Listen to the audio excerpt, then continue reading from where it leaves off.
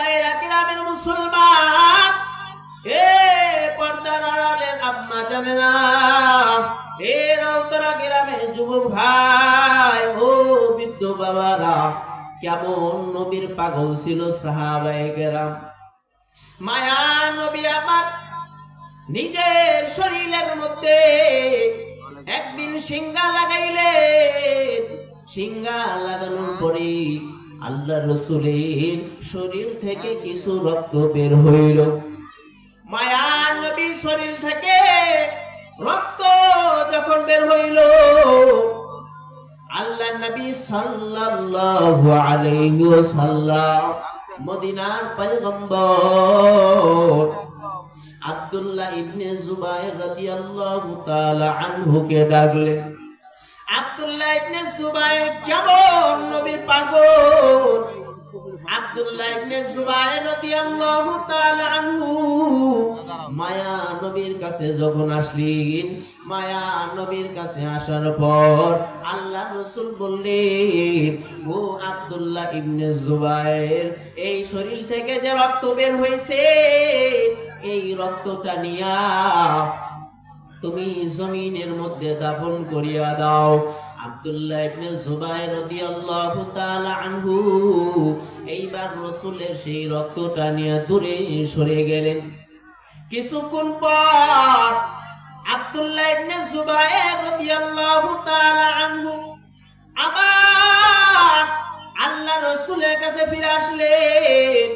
আল্লাহ রাসূলের কাছে ফিরে আসার পর আল্লাহ রাসূল সাল্লাল্লাহু আলাইহি ওয়াসাল্লাম বলতেছেন, ও আব্দুল্লাহ ইবনে জুবায়ের, বলো রক্ত তুমি কি করেছো?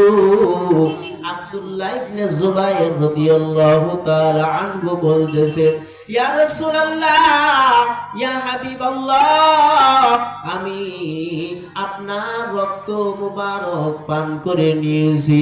মায়া নবী আমার তখন বললেন, লান তামাসসাকান নার, যে শরীরের মধ্যে আমি নবীর রক্ত প্রবেশ করেছি, সেই শরীরে জাহান্নামের আগুন জ্বালাইতে পারবে না।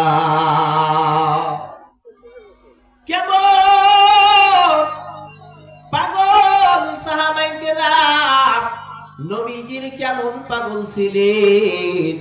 মায়া নবী আমার কেমন সাহাবায়ে কেরামকে শিক্ষা দিয়েছেন, কেমন আদর্শ শিক্ষা দিয়েছেন। উহুদের যুদ্ধের ময়দানে সাহাবায়ে কেরাম যখন ছত্রভঙ্গ হয়ে গেল, ছত্রভঙ্গ হয়ে যাওয়ার পর কাফেররা যখন মায়া নবীর দিকে আক্রমণ শুরু করলো, তখন মায়া নবীর শিরস্থানের দুইটা লোহার কড়া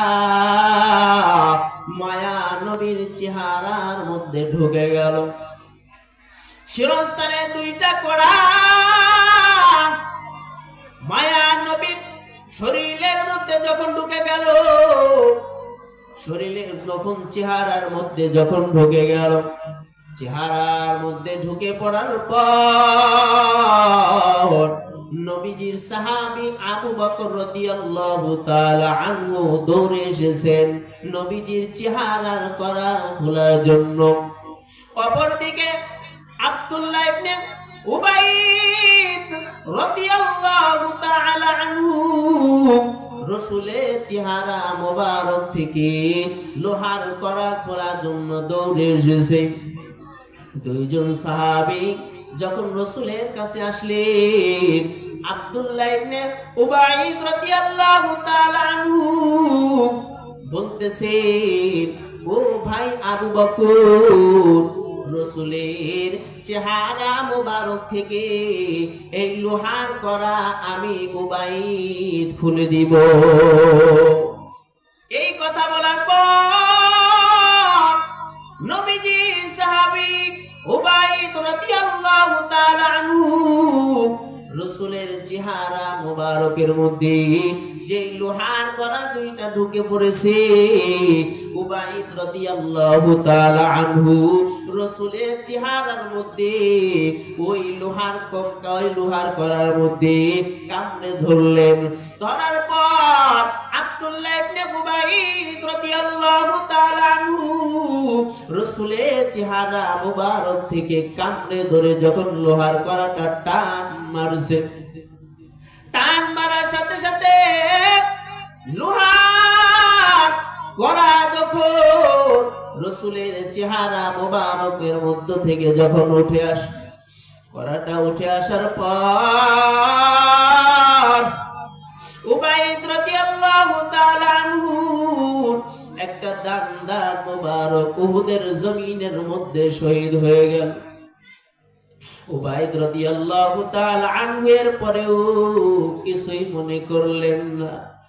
কেমন ছিলেন নবীজির সাহাবী, এরপরে দ্বিতীয় করাটা ওঠানোর জন্য উবাইদ রাদিয়াল্লাহু তাআলা আনহু যখন আবার দাঁত দিয়ে কামড়ে ধরলেন, ধরার পর আবার যখন একটা টান মারছে, টান মারার সাথে সাথে উবাইদ রাদিয়াল্লাহু তাআলা আনহুর আরেকটা দান মোবারক উহুদের জমিনে শহীদ হয়ে গেছে। লোহার করা দুইটা যখন আল্লাহ রাসূলের চেহারা মুবারক থেকে যখন বের করা হইল, বের করার পরে আল্লাহ রাসূলের চেহারা মুবারক থেকে টপ টপ টপ টপ করে রক্ত জোরে জোরে পড়তেছে। নবীজির সাহাবী মালিক বিন সিনান রাদিয়াল্লাহু তাআলা আনহু আল্লাহ রাসূলের চেহারা মোবারক থেকে যে রক্ত পড়তেছে, তখন আব্দুল মালিক বিন সিনান রাদিয়াল্লাহু তাআলা আনহু রাসূলের চেহারা মোবারক থেকে রক্ত চেটে চেটে পরিষ্কার করে দিতেছে। আল্লাহ রাসূল তখন এই কথা বললেন, লান তামাসসাকান নার, যেই শরীরের মধ্যে আমি নবীর রক্ত প্রবেশ করেছে, এই শরীরকে জাহান্নামের আগুন জ্বালাইতে পারবে না। এমনকি মায়া নবী আমার উহুদের জমিনের মধ্যে চতুর্পাশ থেকে যখন মায়া নবীকে তীর মারতেছে, কাফের বেঈমানেরা চতুর্দিক থেকে যখন তীর মারতেছে, নবীজি সাহাবী দাজানা রাদিয়াল্লাহু তাআলা আনহু আল্লাহ রাসূলের দিকে চেহারা করে নিজের শরীর মোবারককে ঢাল বানিয়ে দিয়েছে। আল্লাহ নবী সাল্লাল্লাহু আলাইহি ওয়াসাল্লাম দাঁড়ায় আছেন।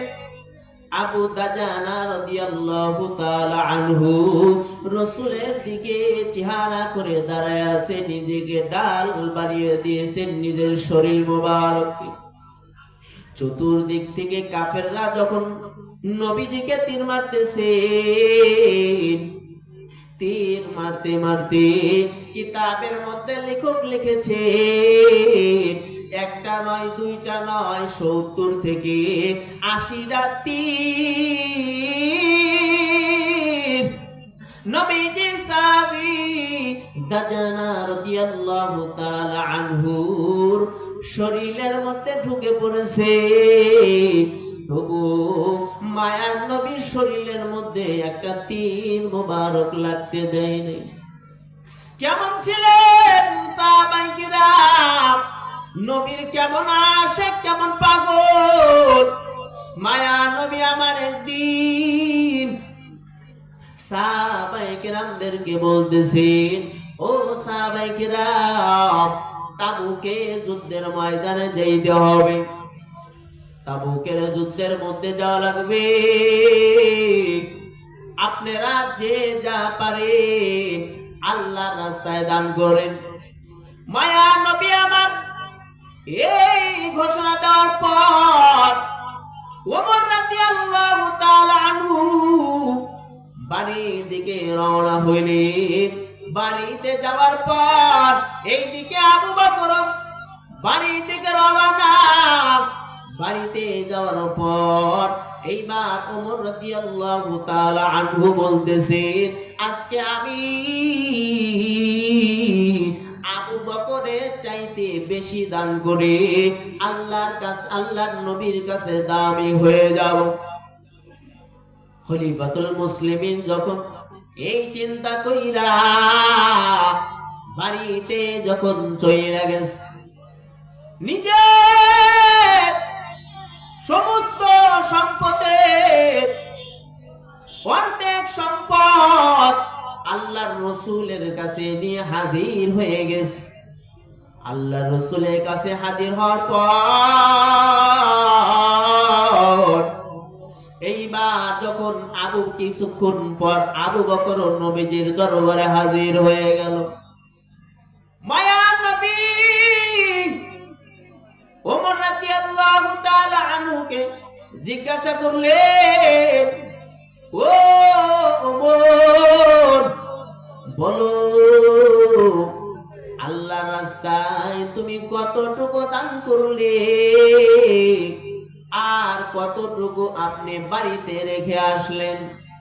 খলিফাতুল মুসলিমিন হযরতে ওমর রাদিয়াল্লাহু তাআলা আনহু বলতেছেন, ইয়া রাসূলুল্লাহ, ইয়া হাবিবাল্লাহ, আমার বাড়ির অর্ধেক সম্পদ আমি আল্লাহর রাস্তায় দান করে দিলাম।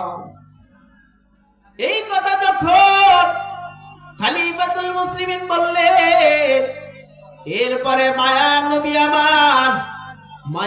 নবী জানতেন আবু বকর বড় গরীব। এরপরে মায়ার নবী আমার আবু বকরকে জিজ্ঞাসা করলেন, ও আবু বকর, বলেন কতটুকু আপনি আল্লাহর রাস্তায় দান করলেন আর কতটুকু পরিমাণ আপনি বাড়িতে রেখে আসলেন? নবীজির সাহাবী আবু বকর রাদিয়াল্লাহু তাআলা আনহু বলতেছেন, ইয়া রাসূলুল্লাহ, আমার বাড়িতে যা কিছু ছিল সব কিছু ঝেড়ে ঝেড়ে আমি আপনার দরবারে নিয়ে হাজির হয়েছে ইয়া রাসূলুল্লাহ। মায়ার নবী আমার বললেন, ও আবু বকর, বলো বাড়িতে কি রেখে এসেছো? আবু বকর বলতেছেন, ইয়া রাসূলুল্লাহ, আমার বাড়িতে সব কিছু নিয়ে আপনার দরবারে হাজির হয়েছি। আমার বাড়িতে আল্লাহ এবং আল্লাহর রাসূলকে রেখে এসেছি। আবু বকর এই কথা বলার পর ওমর রাদিয়াল্লাহু তাআলা আনহু বলতেছেন যে আজও আমি আবু বকরের কাছে আমি হেরে গেলাম। আমি আবু বকরের কাছে আজকে আমি পারলাম না। আবু বকরের ত্যাগ কেমন ছিল, মায়ার নবীর আদর্শ সাহাবায়ে কেরাম কেমন হাসিল করেছে। ওরে নবীর আশিক উম্মতের দল, মুসলমানরা যখন পারস্যের ময়দানে যখন আক্রমণ করলো, আক্রমণ করার পর এইবার ওই পারস্যের বাদশাহ দাওয়াত করলো নবীজির সাহাবী হুযায়ফা রাদিয়াল্লাহু তাআলা আনহুকে। হুযায়ফা রাদিয়াল্লাহু তাআলা আনহুকে দাওয়াত করার পর এইবার খানা টেবিলে বাদশাহ খানার আয়োজন করেছে, আপ্যায়ন করেছে। নবীজির সাহাবী হুযায়ফা রাদিয়াল্লাহু তাআলা আনহু খানা খাবেন। খানা খাওয়ার জন্য টেবিলের মধ্যে বসে গেছে। হঠাৎ করে খাবারের এক লুকমা খানা হুযায়ফা রাদিয়াল্লাহু তাআলা আনহুর হাত থেকে জমিনের মধ্যে পড়ে গেল। জমিনের মধ্যে পড়ে যাওয়ার পর এইবার যখন হুযায়ফা রাদিয়াল্লাহু তাআলা আনহুর হাত থেকে খানাটা যখন পড়ে গেল, খানা পড়ে যাওয়ার পর নবীজির সুন্নতের কথা মনে পড়ে গেছে। মায়া নবী বলেছিলেন, যদি তোমার খানা পড়ে যায় তাহলে দস্তরখানা থেকে তুমি খানা উঠাইয়া খাওয়া। মায়া নবী আরো বলতেছে, খানা কেন উঠাইবা জানুনি? খানা তুমি এই কারণে উঠাইবা, কারণ তোমার জানা নাই কোন খানার মধ্যে আমার আল্লাহ তাআলা বরকত রেখে দিয়েছেন। ও বান্দা, তোমার জানা নাই কোন খানার মধ্যে আমার আল্লাহ তাআলা তোমার রিজিকের বরকত রেখে দিয়েছেন। নবীজির সাহাবী হুযায়ফা রাদিয়াল্লাহু তাআলা আনহু খানাটা উঠানোর জন্য হাতটাকে বাড়ায়া দিয়েছেন। এমন সময় আল্লাহর এক বান্দা হাতের ইশারা দিয়ে বলতেছেন, হাতের ইশারা করে শরীরের মধ্যে নাড়া দিয়া এইবার নবীজির সাহাবী হুযায়ফা রাদিয়াল্লাহু তাআলা আনহুকে বলতেছেন, ও নবীর সাহাবী হুযায়ফা,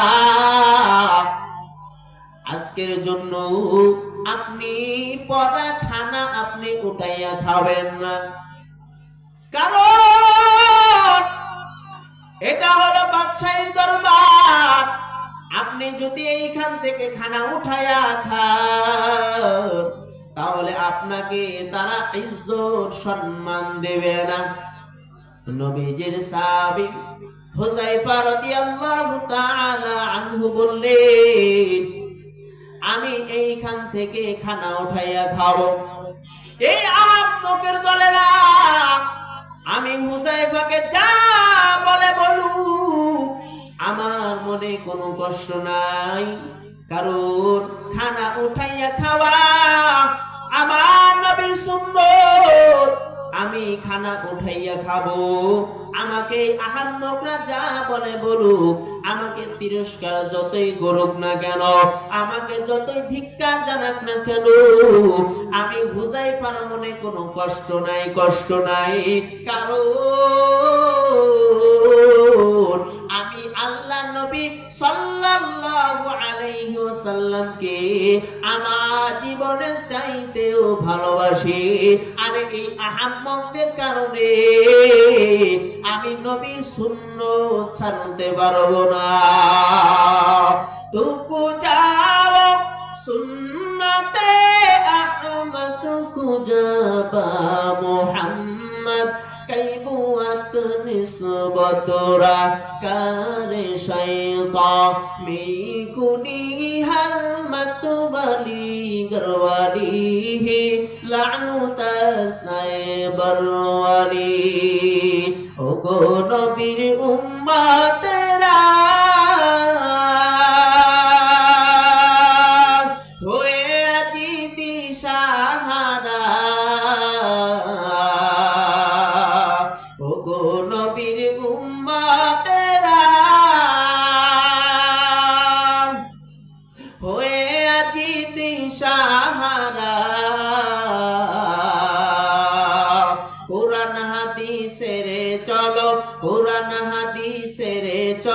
যখন যাহা চাই মনে নবী বিনে কে দাঁড়াবে ফুলসিরাত মিজানে নবী বিনে কে দাঁড়াবে ফুলসিরাত মিজানে নবী আমার জীবন ভরে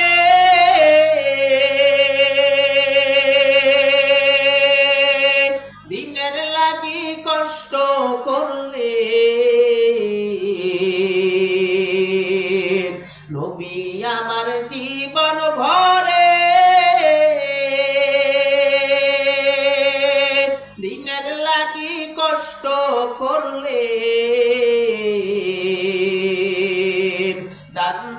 শহীদ করিলেন উহুদেরই ময়দানে। নবী বিনে কে দাঁড়াবে ফুলসিরাত মিজানে, নবী বিনে কে দাঁড়াবে ফুলসিরাত মিজানে। এমন এতিম নবী আমার, পিতা মাতা নাই যে তাহার। এমন এতিম নবী আমার, পিতা মাতা নাই যে তাহার। তবু তাকে কত মারা মারল তাকে দুশ্মনী।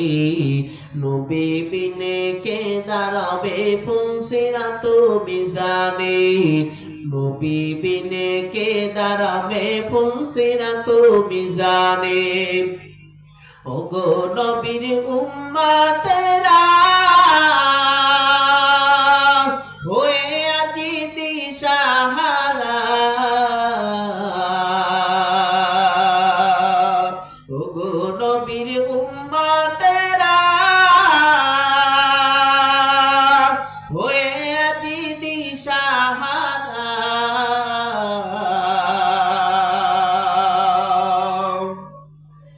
মায়া নবী আমার কেমন রাসূল ছিলেন, নিজের শরীর মোবারক থেকে রক্ত ঝরার পর মায়া নবী আমার কখনো বদদুয়া করেন নাই।